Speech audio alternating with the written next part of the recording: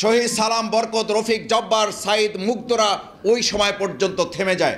তাদের রক্তের ধারাবাহিকতা যতক্ষণ পর্যন্ত চূড়ান্ত বিজয়ের দিকে না যায়, তাদের উত্তরসূরিরা আরও বুক পেতে থাকার জন্য অপেক্ষমান থাকে এবং দেশকে বিজয়ের দিকে তারা এগিয়ে নিতে থাকে।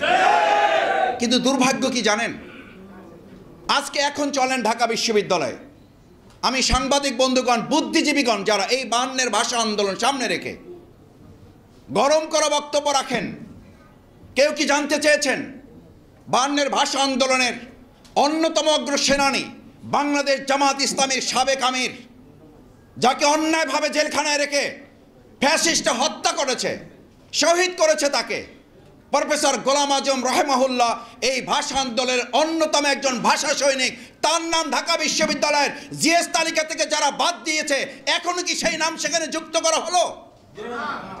এই ভাষা আন্দোলনে যারা লম্বা লম্বা বক্তব্য দিয়েছেন, পুরো ফেব্রুয়ারি জুড়ে একবার তাদের মুখ থেকে প্রফেসর গোলাম আজম রহমাহুল্লাহর নাম উচ্চারণ না করা মানে ভাষার ইতিহাসকে আজও বিকৃত করার অপচেষ্টা চলছে। কেন? প্রফেসর গোলাম আজম রহমাহুল্লাহর অপরাধ কি? কি অন্যায়?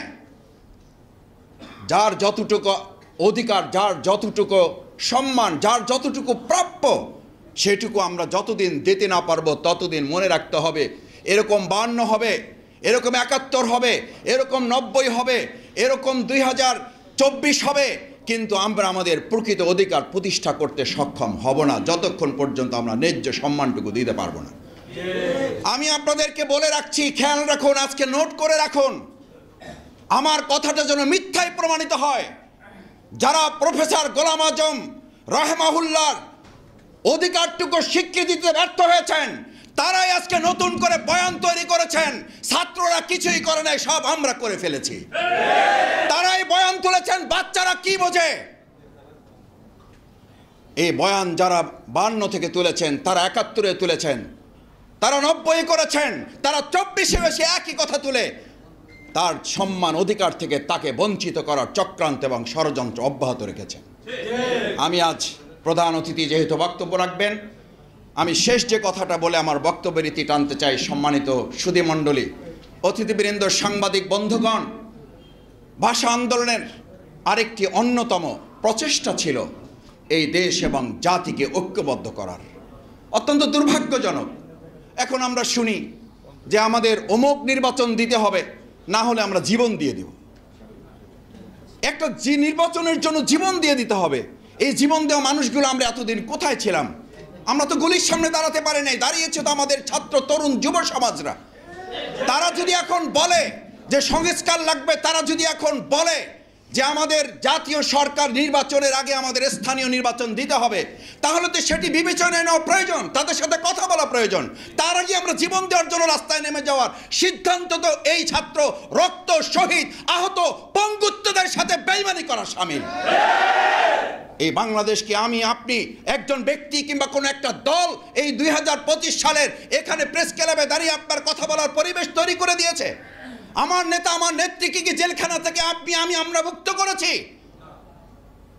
তাহলে যারা আজকে এখানে দাঁড়িয়ে আমরা কথা বলছি, আজকেই জীবন দিয়ে দেব, আজকেই কবরে পাঠিয়ে দেন, না হলে আমরা এটা করতে দেব না, এই বক্তব্য মূলত একটা জাতিকে ঐক্যবদ্ধ করার নমুনা বহন করে না।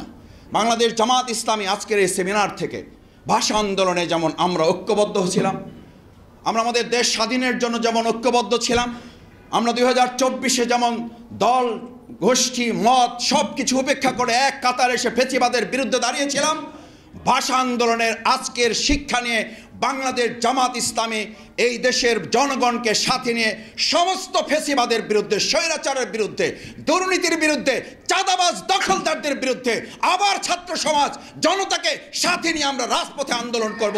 তবু অন্যায়ের কাছে এই দেশের মানুষ 52 মাথা নত করে নাই, 2025 এসে মাথা নত করবে এটা ভাবলে শুধু বোকা স্বর্গে না, আপনারা পাগলের প্রলাপের রাজ্যে বসবাস করছেন।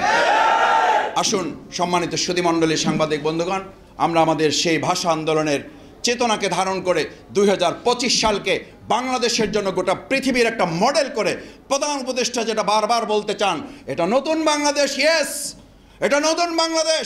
ভারত আজকে বাংলাদেশের কাছে পররাষ্ট্র নীতি জানতে চাইবেন কেন? 53 বছর স্বাধীন বাংলাদেশের কাছে আমাদের প্রতিবেশী রাষ্ট্র জানতে চায় আমাদের পররাষ্ট্র নীতি কি হবে, হোয়াটস হ্যাপেন্ড।